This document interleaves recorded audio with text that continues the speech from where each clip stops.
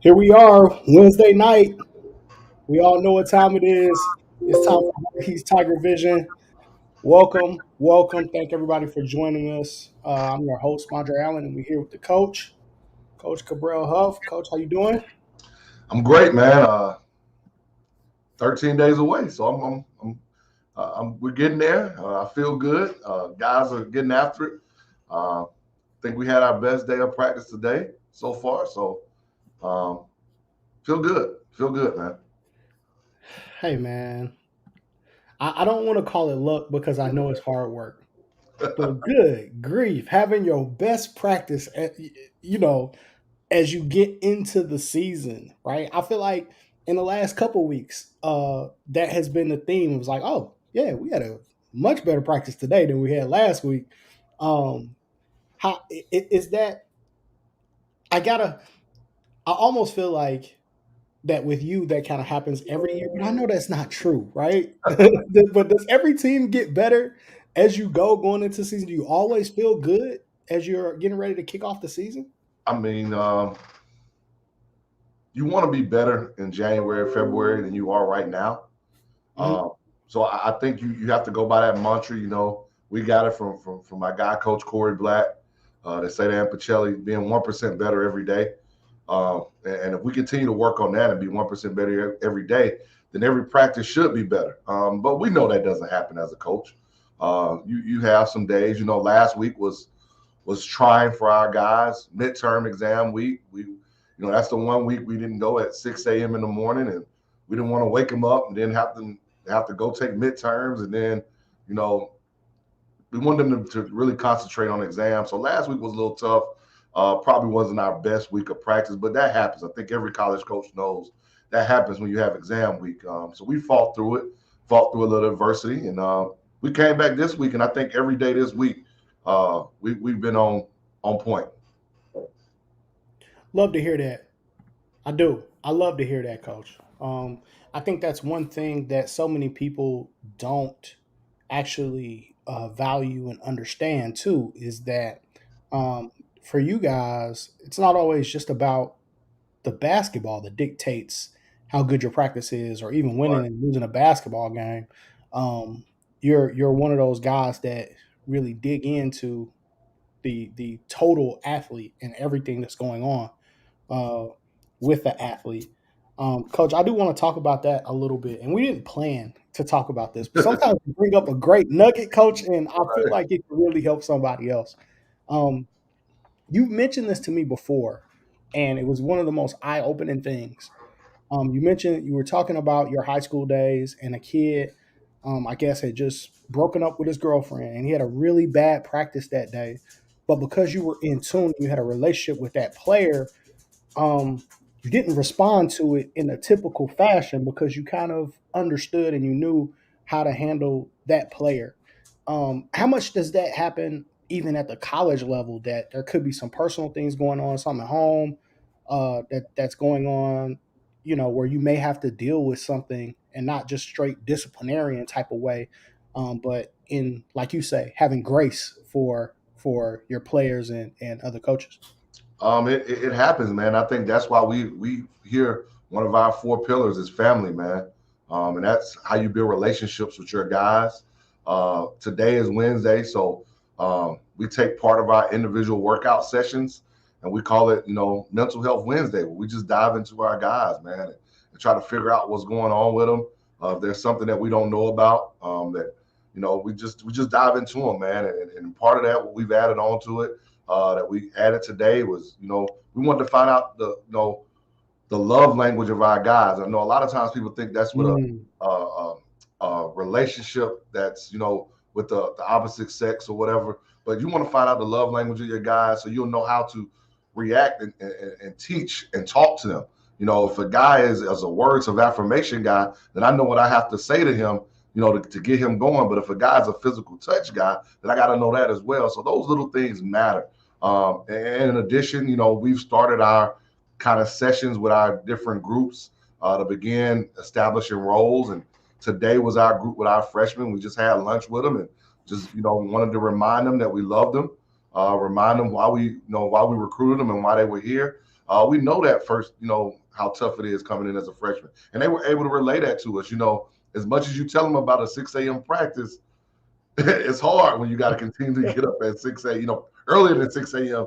to be ready to go at practice. It's difficult, managing your time as a freshman. So those things matter when you're trying to understand what's going on in a young man's life, whether they're 23 or 18. It doesn't matter. 100%. That's hugely important. And I agree with you on the love languages part. It works with any type of relationship, Yep. not just a romantic relationship, but any type of relationship or partnership. It definitely works. Do you guys go through like the book to do that, or I know they have online quizzes and stuff like that to do that? Well, what we basically did is we kind of talked them through it, and we did the online quiz, and we're gonna kind of take it from there. That was the first step of it, to allow guys to understand, you know, why does Troy, you know, why does he need this type of love, so to speak, when he's on the floor, and why does Bowie need a different type of love? It helps our guys to understand even how they should talk to one another, because we want to pour into each other, and not just it's not just all about how many points or how good you can defend for us. Like, we're really a family, man, and we want to take care of one another. There may be a lot of those guys that have never even looked inwardly at themselves that way, and it could help them understand themselves a lot better Right. as a player by understanding, hey man, I never thought about this before, but you know, like you said, words of affirmation, like somebody, believe in me, that really does the thing for me, right? They may have Or it never could be even, acts of service, man. for sure. Those things matter. And I challenged Coach J, Coach Williams, and Coach O to take the lead on it, because Coach O is also the lead on our mental health Wednesdays, because he's in charge of our workout sessions, and they did a great job with it, man, and really getting our guys to buy in. And Coach O does a great job of really, you know, helping our guys understand what it means to not just be an athlete, but to be a student athlete, but also that you got to take care of you first, um, before you can take care of anybody else. That's huge. That's huge. I've not seen that done at the college level. I'm not sure. I'm not seeing that done at the grassroots level, but that's something I'm definitely gonna take a note in because that book has helped me tremendously in my life for sure. That is the one book that I probably read cover to cover 5 or 6 times for sure. Right. And Yeah, realizing that as you continue to move in life, it could keep changing. it You could have been does. younger and you could have needed um, gifts or whatever, or acts of Yeah, service. And as you get older, you may need words of affirmation, or whatever the case may be. definitely changes. It definitely does. Wow. Hey man, I hope all the Georgia Man Up kids are listening because we're gonna implement that for sure for AAU. I think that is tremendous. Um, so, Coach, I did want to touch in and get a kind of a touch base with you about not just how practice is going overall. If there's any of the check in on any of the players, man. I always check in on Rosario and Blue, so I'm gonna try to be open to checking in on some of the other guys. But how are the guys doing? Is anybody really kind of surprising you or making a space for themselves um, leading into the exhibition coming up? Let's start with, every team has to face adversity a little bit, Hmm. and especially when you're banging each other every day instead of somebody else. For sure. Um, so Rosario's a little banged up. Uh, he's probably been out about a week right now with a high ankle sprain. So uh, It's we're tough. hoping to get him back. Just try to rest it up so he can be ready to go. He brings so much to the table for us. Obviously, as a returning, NAI All American, and his length and athleticism, basically leading us in points and rebounds and assists last year. So definitely want to get him back. But the biggest thing about him not being on the floor this year, which was different than last year, is that we have depth to withstand it, to withhold the position and still be very good without him. Mm-hmm. And so if we want to look at practice, like they're right now, Omari Joseph, uh, 6'6", 6'7" post guy who's a transfer from Valdosta State for us. he has really been the surprise. I don't want to say surprise because you don't recruit guys that you don't think cannot play. For sure. He has taken a mantle of his position and been the leader of it, and just has has been really good for us.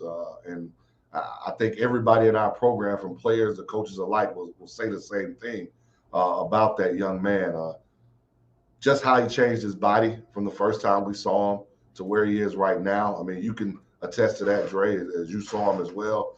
Uh, to just how hard he goes, man, and how well he's picked up on what we do and how we want to do it. I think our freshmen are really getting a hang of it right now. I think the first few days, first few practices, it was a I'm not gonna say a struggle, but they had to get used to what was going on. Hmm.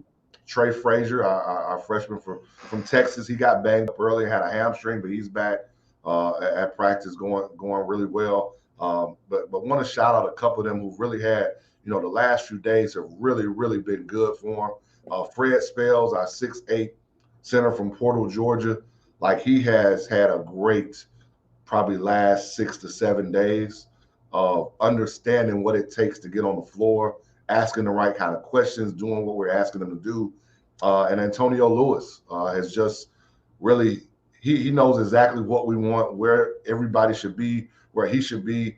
He knows what we're doing on the floor. And those two guys have really stepped up for us as freshmen um, to do the things that we really want. I mean, you can talk about returners all the time. You can talk about, Jordan Blue, who's really elite defensively, or how well, I want to say this: Taiwan Bowie has his leadership has even gone to another level, um, and I think that's been really big for us as well. Bowie's my guy too. After the camp, Bowie became my guy. Um, he just seems like the type of guy that you could trust on the floor when it Yeah. matters. Um, like he's just so locked in. Like he was so intense during the camp. Like he was That's 100% him every day, Dre. So intense, so locked in. He's going to be a great leader someday, right? Like not that he's not now, but just forecasting into the future. If he keeps that same attitude, that same presence about himself, like he's gonna do some tremendous things. And I if he were to tell you, just like I am right now, that was not him when I first got this job. Like it's Really, been, we've really been, it's been something that we've taken the mantle of and led him down this path. And he's had some growing pains, just like we all do. But he's really taken that mantle of learning how to lead. Knowing you can't be upfront and aggressive with everyone when you're trying to lead. Sometimes you gotta shine the rock. Can't just throw it. I like it. I like it. He definitely seems like a really polished young man, like somebody that is um, equipped to lead, like even in corporate America, right off the floor, Yep. right. I could totally see him being, you know, a CEO level, executive level leadership because he just has that type of. He balances the line to me well between getting along with people, but understanding that hey, I'm not here to play around. Yeah. Right? And We're here to get a job and done. I think that comes from, as we were telling our freshmen today, we had our meeting, that he's been around uh, winners since he's been here. Mm. Like I think some people think we only won a conference championship last year for the first time, and I want to make sure people understand that Derek Mitchell did a great job when he was here, and Voorhees has won 3 of the last 4 conference championships. Um, and Bowie has been a part of that. Obviously he was a starter for us last year, but before then he was a part of it. No matter whether he played 5 minutes or he played 25, like that says a lot. And he wants to win every game, every drill, everything. He wants to win. It 100% shows, Yeah, right? But and I think that's going to serve him well. I think he'll have a great basketball career even after he's done at Voorhees. He'll have an opportunity to do other great things. But in the all, if he ends up in corporate America, that is a guy that I hire, and you're gonna go sleep well at night because just go watch what he does. Yeah, Just give him a department or let him, give him his responsibility and just watch what he does. He's gonna win. yeah. Guys like that know how to be successful. Um, I love that guy. So, Coach, I know I'm gonna ask this even if you won't admit it. Are you already looking ahead at the schedule and at this first road trip and making plans? Are the scouts already finished, or are you going to tell me it's one practice at a time, one day at a time? It's always going to be one practice, one game at a time. But I would be lying if I didn't say that my staff and myself have begun to start looking at that whole road trip. We mentioned to our guys, man, like our first 2 to 3 weeks is tough. Like we won't when we get on the road after our scrimmage game versus South Carolina Faith A&M on the 26th, on the 28th, when we head to Truett McConnell, we won't be back to Denmark until December to November 2nd when we play Columbia International CIU here at home, and then right after that game, in a day we're back on the road to go to Florida to take on Kaiser and Weber International. Um, so it's those first few weeks are struggling, and we just try to mentally prepare our guys to understand what it's going to be like being away from home, having on that road trip we're going, play day off or not a day off because we're going to do something, but play, not play, play, not play, play. So it's really important for our guys to understand the bigger picture, and we're just trying to tell them that right now. 100%. I got the schedule up for everybody to take a look at. As Coach just mentioned, on the 26th, very short time away, right? We're talking about Yeah, 2 weeks, yeah. essentially. In just under 2 weeks' time, we've got the first game, which is an exhibition game against SC Faith A&M. Coach, last year around this time, well, it wasn't around this time, it was around January. So we were getting ready to play the same game. Um, let's go back to last year and really talk about all the learning that took place. Um, well, before we get to lessons learned, the preparation that it takes to be walk out on the floor and be ready to play or ready to coach a college basketball game. Like, let's take some folks behind the curtain about what has to go in place, even to play an exhibition game against an opponent like this. A lot has to go in place. I mean, even something as simple as what uniform you're gonna wear. What time you'll get into the gym to do shoot around, or what time do you want them on the floor? That has nothing to do with anything that you're doing in the game yet. Like you're just little things. What time are they eating? Uh, what time do you want them back at the gym? All that has to take place as you're getting ready and getting prepared to play any game, and especially the first game. And it's good because now in year two, guys kind of know procedure. They didn't know last year. I mean, everything was learning on the fly last year. Mm. As you got along during the season, they kind of knew what was going on, but they didn't understand, why Coach Huff wants shoot around, why he wants us to come out of the locker room at this time, or why are we doing this? And it's a learning process. Well, now those 8 guys, who are returners, are able to tell those guys like, this is what we're doing, this is exactly how we're doing it, and we're going to get it done. And then if I could show you a picture of our board in my office, there are things that we have checked off that we have to, I'm not going to say have to, because we weren't able to get those things done last year because we had such short a time. But there are things that we have to check off that we want done by the time of the first game. What sets, or what do we want done defensively? What do we want done baseline or sideline out of bounds? Or all those kind of things. And it's a process. It's a process that you go through. But you learn as a coach that sometimes you won't get everything in, and it's okay. Mm. Okay. um, I think Coach Amir from Kennesaw State said the same thing. Of his first year as a head coach, he had to realize that Everything won't get done in a day, or even in that first season. He felt like so that is definitely a lesson. But one thing that I want people to pay attention to, and you pointed out something that was incredible. People don't realize before that ball goes up for the tip, when you watch a team on the floor before the game warming up, and then all of a sudden they run back into the locker room, everybody runs back into the locker room together, and then they come back out and everybody's in uniform and they're warming up again. How that happens, when that happens, is all something that the coaching staff decides. This is a part of their system just as much as being a pressing team or whatever. How they warm up and how they prepare is something that is thought about. And I don't think that most people realize that when you see guards paired up and they're working together and bigs are doing their thing, all of that is part of what it takes to prepare for a basketball game. After you do all that stuff, then you got to go coach on top of Yeah, that.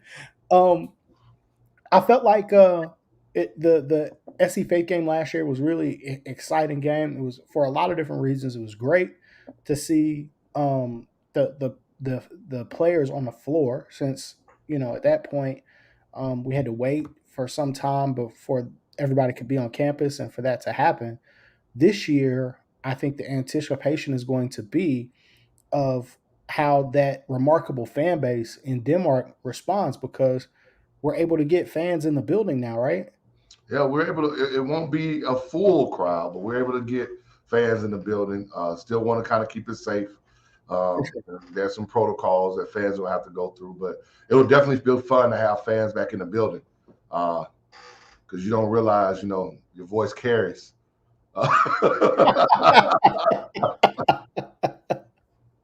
Yours does for sure, for sure. Um, that's going to be an incredible experience for some of these guys, even the returning players, uh, like a Blue, like Rosario, who were a part of a conference championship team, but never got to do it in front of their home fans. Exactly, and let's add on to it. Like until we got to the conference tournament, we had one or two games last year on the road that some fans were at, but conference tournament, but especially the national tournament where it was a full house and we only had about 10 people cheering for us and everybody else was cheering against us. Like it's going to be a little bit different, and we're making sure that we're preparing our guys with it. We don't just use the music to wake them up in the morning when we're practicing at 6 a.m. We're kind of using it for crowd noise to make sure we're able to get our play calls. And our guys can tell you, I always tell them, you got to be able to talk over the music. I should hear you over the music. Um, and that lets us know we're communicating. For sure. How important is it for you personally to play well in this opening exhibition in front of those fans, being that you've been so connected in the community since you've been in Denmark? I just think it's an opportunity, man, to again engage with this Voorhees community and at the Denmark, the town of Denmark. And I just think it'll be great, man, just to open those doors. And it's not just the basketball team, the people working the clock, the people who are streaming our games, and the other team and our trainer. I think that's going to be the biggest thing for people to get to see how great these young men are. Because I do think we have some great young men on our team, regardless of how many points they score. And I think they'll get an opportunity to see why we're family, why we play for the brother next to us, uh, and how connected this team is. I think that's my staff and I have talked about that of how connected our team is, and I also think they'll get to see an exciting brand of basketball. Our pace, we want to dictate everything, whether that's offensively or defensively, and I think they'll enjoy the pace of play. Looking forward to a treat. I hope the students get there early. I'm not sure what the procedure is for who could get in the gym at one time, but I definitely hope the students are able to come and take part Well, we, and we want we want them there for that women's game at 6. So they have a whole night of it, 6 and 8. good stuff. Good stuff. I love it. I'm gonna flash this schedule up one more time as we discuss kind of what is is the team is going to be faced with. It's a home game, October 26th versus SC Faith A&M. But then we go on the road, Mhm. 3 games in a row: the 28th, the 30th, and November 1st. Truett McConnell, Oakwood, and South Florida. Before returning back home Right, the next right. day for Columbia International, right?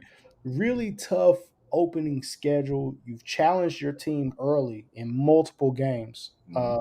especially playing on the road. What can people expect to see from the team, and also what was your thought process behind such a challenging kind of opening slate of games? Let's start with the thought process. You want it to make sure that you want to get better every time, and you want to play teams that are going to present different challenges for you. And I think all those teams present different challenges, and challenges we may see later on in the season, challenges we definitely could see in conference tournament, and definitely if we're blessed with the opportunity to go to the national tournament, those are challenges that we're going to see. How teams play differently, how they're going to, you know, scout us or scheme us or whatever the case may be. I think all three of those teams are different. We want to play, you know, a team that can really shoot the ball well, or so we thought. We wanted to play a team that that's really athletic. And obviously, when you're playing a Division One team, you're gonna get that For a sure. very athletic team, but also a great defensive team. As Brian Gregory's teams are always really good defensively. So you want to run a gamut of things that you're going to throw at your guys, and you want to see how they respond.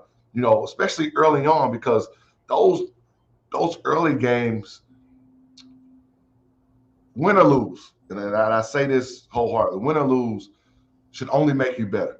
It shouldn't make or break you, if that Mm. makes sense. It should only make you better. I would agree. And, Of and I course. think, let me add on, I'm sorry, Mondre. No, And I good. think our depth allowed us to do that. If we weren't deep, I don't think I would have done the schedule like we did. There was a reason why we uh we felt as a staff we could do that, because we feel we're deep enough this year, and we feel we've got multiple guys who can play, and it could be any guy's night on any given night. So that's another reason why we did it.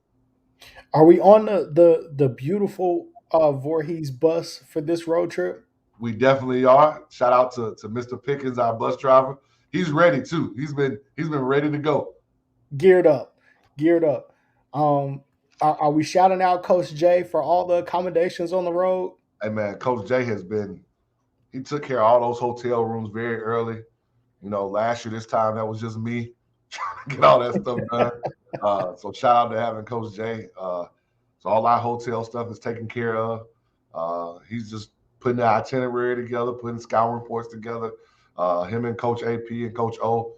I mean, we're ready, man. I mean, obviously we got things we got to continue to do before we get to that point, but we're ready as far as um, getting ready to play on October 26th, and then being ready to get on that bus October 28th to head down to Truett McConnell. I want to flash this up one more time and just talk about um, in the face of adversity, because Mhm. like I want people to understand that after you play the or after you go without playing for a good stretch of time because of COVID, right? Right. There are all these restrictions and all this stuff.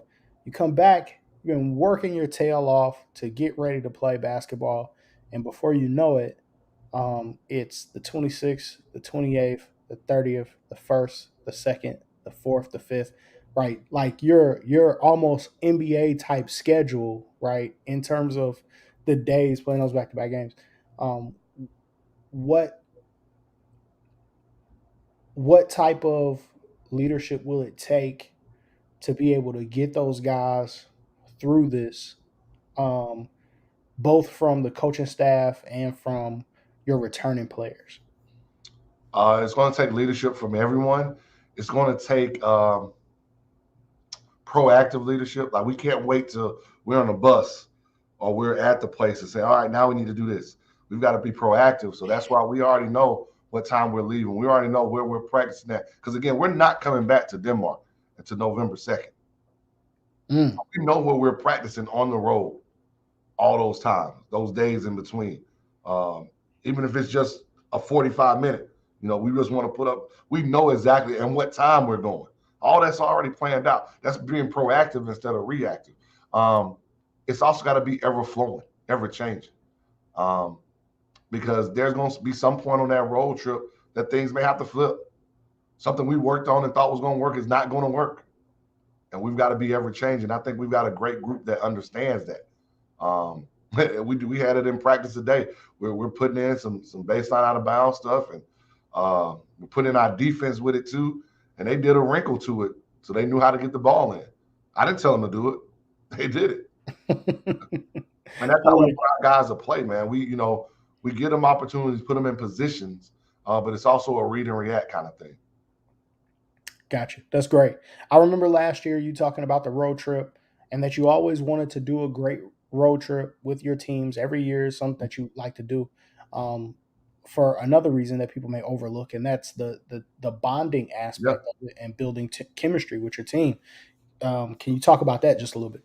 Oh man, that's a big part. I think last year people don't realize that you didn't get all that aspect of it. Like we didn't get it until we went to the conference tournament, because you weren't able to eat out on the road in most places. Like I don't think people realize being able to eat out together as a team brings you together. Like where not you just have to go get it, pick it up, eat it on the bus or eat it back in your room. Like that was huge when we got to the conference tournament and even the national tournament, being able to go out and eat as a team. And I think that's another part of the bonding that has been different this year. You know, um, last year to be specifically honest, it would have been tough to get a group of guys together, even if you were doing it freshmen, sophomores, however, because they didn't want you to congregate in large groups. Right. So being able, just little things like that, man. I think this is why it's really huge of where we've come, how far we've grown, and I'm not just talking about our team, but how far we've grown and what we're doing on our campus to keep everybody safe too. I think when I think back to my playing days, I don't want to date myself and tell anybody how long ago that was, but um, it's one thing that I tell the kids that I coach not to discount. It's some of the best times that you will have in your life Mhm. is on that bus with your teammates. It goes back to even Michael Jordan when he played baseball. That was the thing that he talked about most. Was the one thing that people thought he wouldn't want to do, which is be on those long bus rides with his team, and that was the That's thing what that he. he That's loved to exactly do what he most. wanted to do. um, It's amazing, man, because you just think about what team is, man, and those bonds that you have, man. And mhm. I'll use Duluth as an example because that's probably more recent. But I was able to go back a couple of weeks ago uh, to help retire Adam Flagler's jersey uh, at Duluth High School, and this just says a lot that Jordan Blue and Hector Rosario, they came. Former teammates that were on that team that are off at different colleges came. Parents, even though their child wasn't able to come, they came to support him. Other classmates who may have played different sports or didn't play came to support him. Uh, Coach Spivey, who's not even coaching at Duluth anymore, came to support him. Like that says a lot. Those are the type of bonds you get when you're involved with a great team that's family. That has sometimes nothing to do with a win or loss. It's just the bond that you're able to share during those times, man. And you're absolutely right. You're absolutely right. I think being able to get back to, I hate using the word normalcy, but getting able to get back to some sense of normalcy when it comes to college basketball and how you travel is going to be really important for our team. But our team is very connected right now, but I think it'll add to that when we get on the road. I agree. I agree. Also, want to put this up. I know how important this is to you. I don't think we talk about legacy enough to our kids, which is why the transfer portal and even in high school, the transfer rates are what they are. But I know legacy is something that's really important to you and something that you talk to your players about. So just wanted to toss this up and let's kind of talk about this about the players that you've coached that were able to really leave a legacy at the schools that they attended?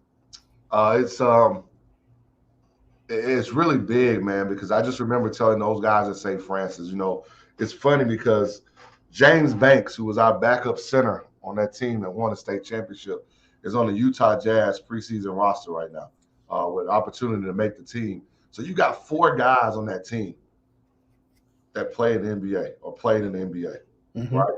Yep. I remember telling those guys that you can go off to any other school, probably average 30, but will you leave a legacy?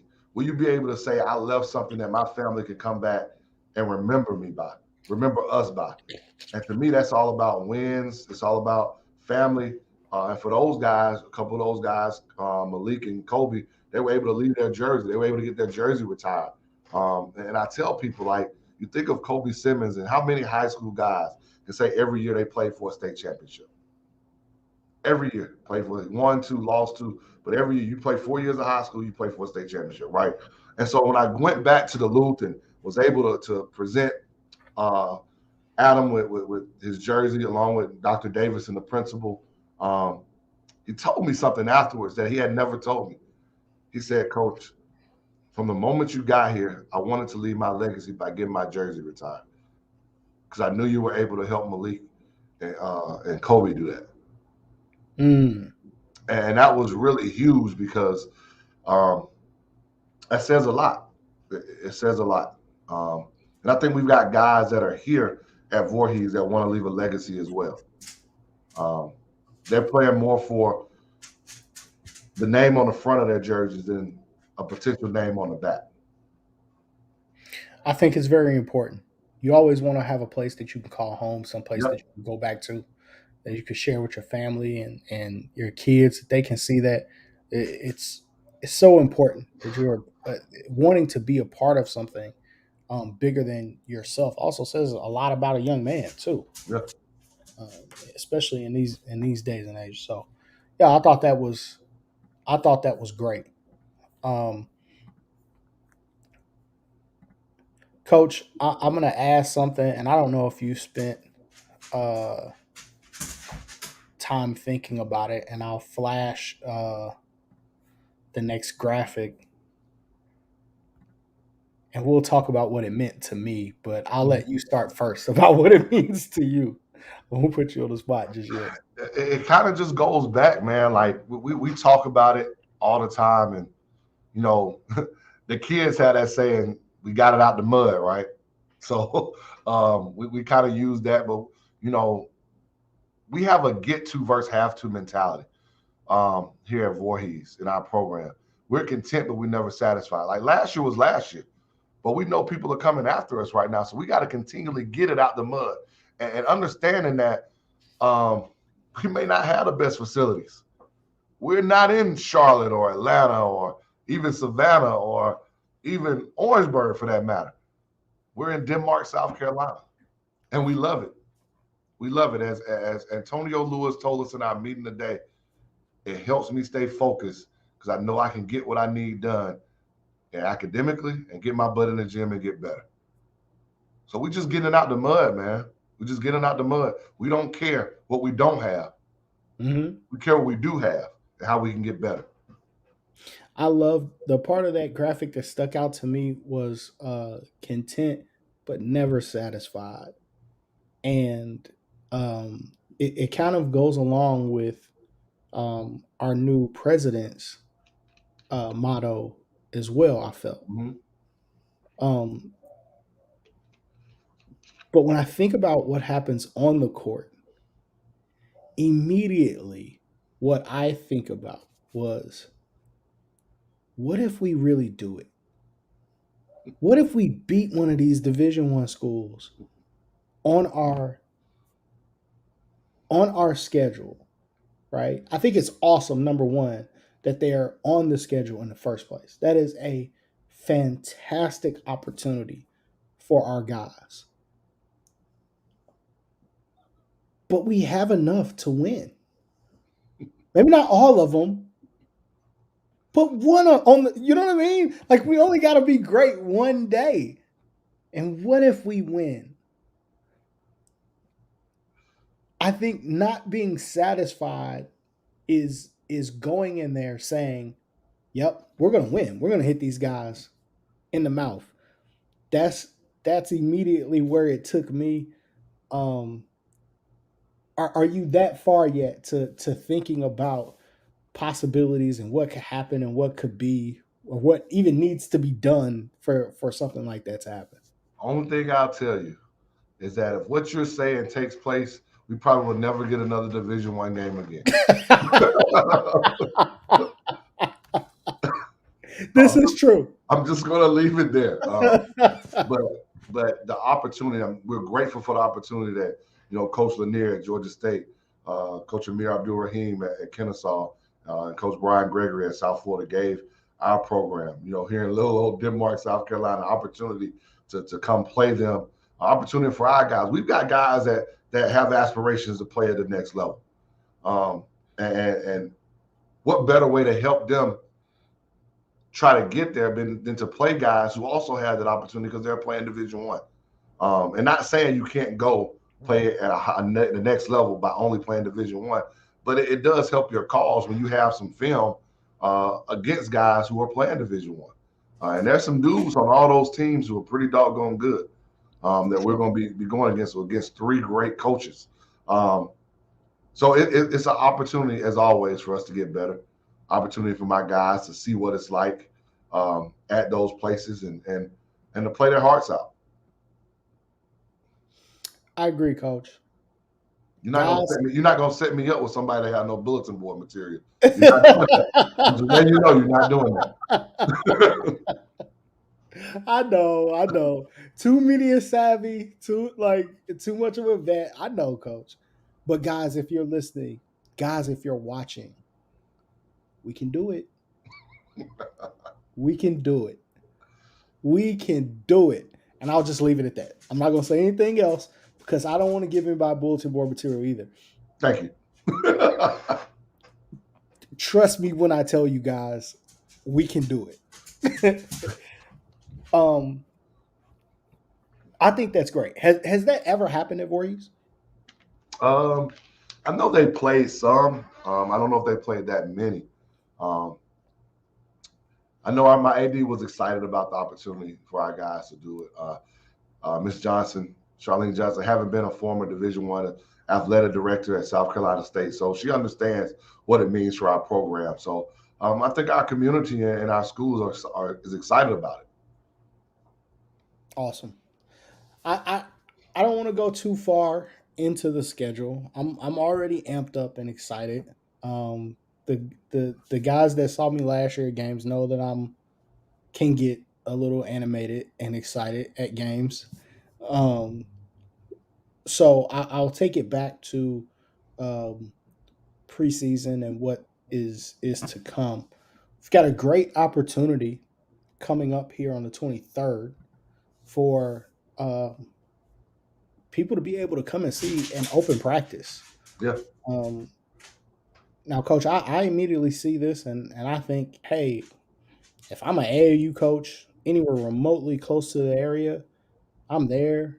If I'm, another college coach that just wants to, like, there's so much to learn, but I'll toss it to you and kind of talk about, because I know you're somebody that has attended a lot of practices at various levels. What all can people expect to see? What can they expect to take away from this open practice that Voorhees is having on the 23rd? just being able to see what we're about, what our culture is about, how we practice, the pace of our practice, being able to see our guys, um, being able to see because the 23rd is very close to the 26th. So kind of seeing what we're trying to do, what we want to get done on both ends of the floor, but an opportunity to see our campus as well, to understand what we are able to offer here at Voorhees College. And I think that's important. Um, as you said, we can get recruits to come. We can get high school coaches to come, AAU coaches, college coaches. We want anybody who just wants to get better to come because that's been an important part of my development is going to watch other people. And it may be one thing. I think I told somebody this week, every time I go watch someone practice or I go to a clinic, I'm able to pick up one thing. And that one thing can be very instrumental for success for me, whether it's that season or seasons to come. I go watch when I go recruit and I'm watching workouts. Sometimes I pick things up and I jot them down. You talk about that notebook I have, I jot down and I say, man, that's a good drill right there. Let me write that down and how can I implement that? How can I use that? So I'm hopeful that we'll be able to do the same for anybody that wants to come. We want you. We want you here. I know we've been blasting it out, and whether you're in South Carolina, Georgia, Florida, North Carolina, that bread basket that we call our recruiting base. We want you guys to come and bring a player if you're a high school coach, so they can see. Everybody wants to play at the next level. Well, here we are as an NAIA program. This is what it's like here. So everybody that says, "Well, and not saying we can't compete with a D1. I want to make sure people understand what I'm saying. But for everybody that says, "Well, he's a D1 athlete," well, make sure you understand what practice is like here at this NAIA program, For sure. right? For sure. And the way we recruit is we're recruiting guys every year to be better than guys that we have. It's their job to continue to get better. So that guy that we're bringing in is not moving past them because I guarantee you that's what they're doing at Division One. For sure. And I just think it's even at the Division 1 level, right? Every conference isn't the same. No, You're going to see different types of kids, you know what I mean, at different conferences. So, and that's a great point. That can also help. We get emails all the time. We get texts, calls all the time. Coach, my kid can play for you. My kid can play at that level, whatever the case may be. Well, now it gives you an opportunity to see, well, can he play for Coach Huff? yes, can he Because make the Coach team? Huff is different um, than Coach Matlock, who's at South Carolina State. No, Coach Huff is different than Coach Berg, who's at Georgia Southern, right? Yes. Um, you're able to see why we're not recruiting that position. Well, they've got that position locked up. They don't need that position next year. I think that's another reason why people need to come so they can see. I would agree. Vastly important. I love it. Just me as a coach, somebody who kind of not studies coaches professionally, but to me, there's so many leadership lessons to learn, both for on and off the floor, just from watching coaches. Um, for me, it's a treat, and I'm an AAU coach, so I'm coming out of there with something. And I'm I taking mean, the inbounds play. I'm taking something. and I think also, after the practice is over, guys can ask questions. Coach, what are you trying to get done with that play there? What are you running right there? Why do you like that drill? I think that's important, man, because sometimes you go to clinics and you go to a practice and you watch a drill, but what's the real emphasis of it? But now you can ask that question Mm, yep. and really get it and really get a real answer for it of why we do it. Yeah, there was a particular play that you were running at Holy Innocents. I probably asked about it a million times, and then I got a hold of Caitlin and made Caitlin draw it up and run it in her practice. So I'm going to, yeah. For me, it's a no brainer. But I would say everybody, if you're even in the Savannah area, if Yeah. you're in the Augusta area, if you're, of course, naturally in South Carolina, maybe parts of North Carolina, if you're even remotely close to this, right? Atlanta is only a 3 hour, maybe 3.5 hour Mhm. drive from Voorhees. It's worth it. It is 100. It's a 2 hour basketball masterclass where you're able to ask questions to the instructor at the end.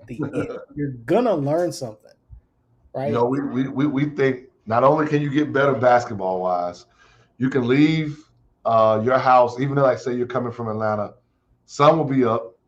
When you get back home, it still won't be pitch dark, right? And you can Right. stop and have a great meal in Denmark, right? Yes. I can refer you to a couple places. Um, no, I think it's tremendous. I hope that everybody attends and we're able to pack that thing out, because I just think it's a tremendous opportunity to be able to see that up close. Um, Last question, Huff, and again, I didn't plan on asking this either. We always walk away with really cool stuff. But does the conference have a media day? Working on it, still waiting to see if they can how we can put it together. Probably through Zoom. You know, our conference is from British Columbia to the Virgin Islands, so Yes, yes, it's yes. got to be Zoom. But I was talking with another conference coach today, and we were talking about it's coming, so we need to get it together. I know they've been kind of doing some fall sports stuff, but I know it's coming, and all these guys in our conference they're excited because you got to realize everybody in our conference didn't play last year, so they're For back on the sure. floor. It's full go. It's full go.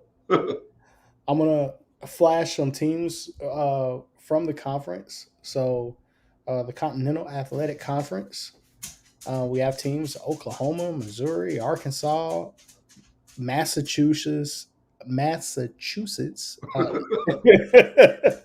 Hey, the Kentucky comes out Right, right. sometimes, coach. Uh, Florida, Tennessee, Georgia. I'm interested into seeing Georgia Gwinnett. Are they going to be prepared to play So basketball? right now they're not playing basketball. Now they're really Okay. good on the baseball side of things and Uh-huh. soccer. Um, but I will say this, being a Georgia guy, they can get that thing going basketball wise. We all know the talent that's in Georgia. Listen, Georgia Gwinnett, my eye is on you.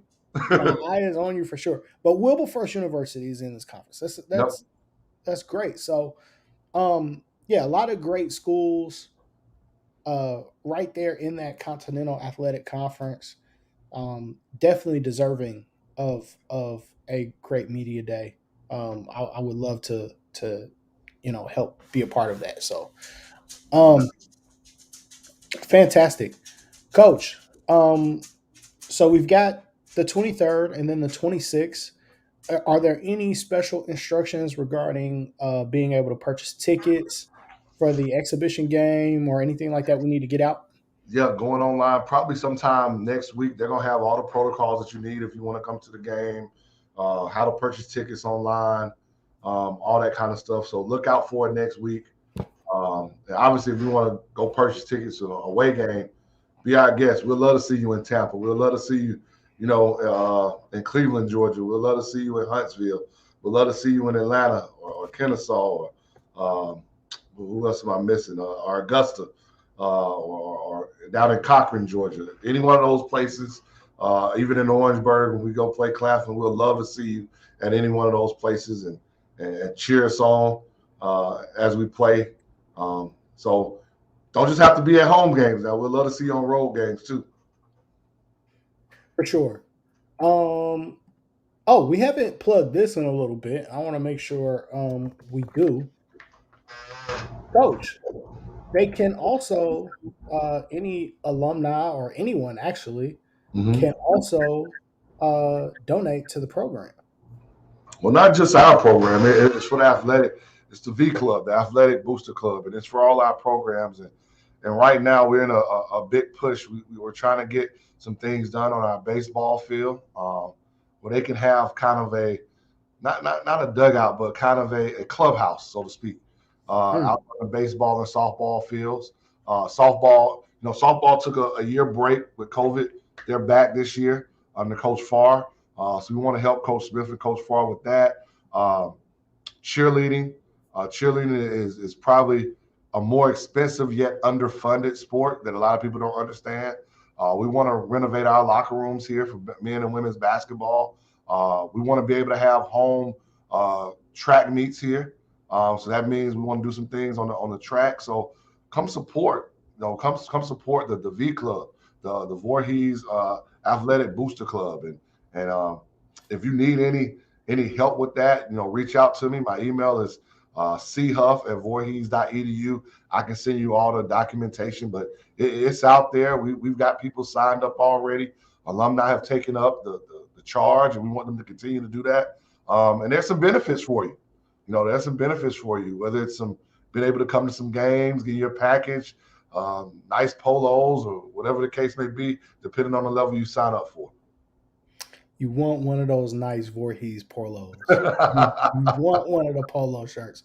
They look really soft, nice looking material, beautiful blue. You want one of those Voorhees polos. Uh, so give back, right? I think it's so important that people do that anywhere, especially if you went to the school, right? Yeah. If you went to school, there's no discussion about how important it is. So that goes without saying. So give back $5 a month, whatever it is you have. I'm sure it's going to be okay. Um, Yep. but it all goes to a great school and great programs to help athletes continue forward. So didn't want to let them out before we did that. I appreciate it. um, that's our show for tonight. We appreciate everyone joining. We appreciate everyone locking in with us. A great show. Make sure October 23rd, you're in the place to be. You're in Denmark, South Carolina. You might as well get a hotel room and stay a while because the 26th is going to be some great basketball action as well. If I get a hold to any streaming links or anything like that, I'll make sure that I post it on my Twitter. Make sure you guys follow. We stream every home game, so Yeah, gotta. And if you hear anybody screaming, somehow I got my voice to go through the stream. But no, I'll publish that. Dre underscore is reloaded on Twitter. I'll publish the streaming links on my Twitter so we can all watch together as a family. But that's our show for tonight. Coach, any closing remarks? Anything as we go? uh, just really just continue to uplift our guys, man. You know, we're just coming off midterm. We're 13 days away. They're probably tired of banging against each other and they're ready to bang against another team. But just continue to help us get to what our president calls the next level of excellence. And we mean that truly from the bottom of our heart as student athletes. We want our guys to be better young men each and every day on and off the basketball court. So continue to lift us up. For sure. That's our show. Love you guys. Appreciate you for tuning in. Good night. Good night.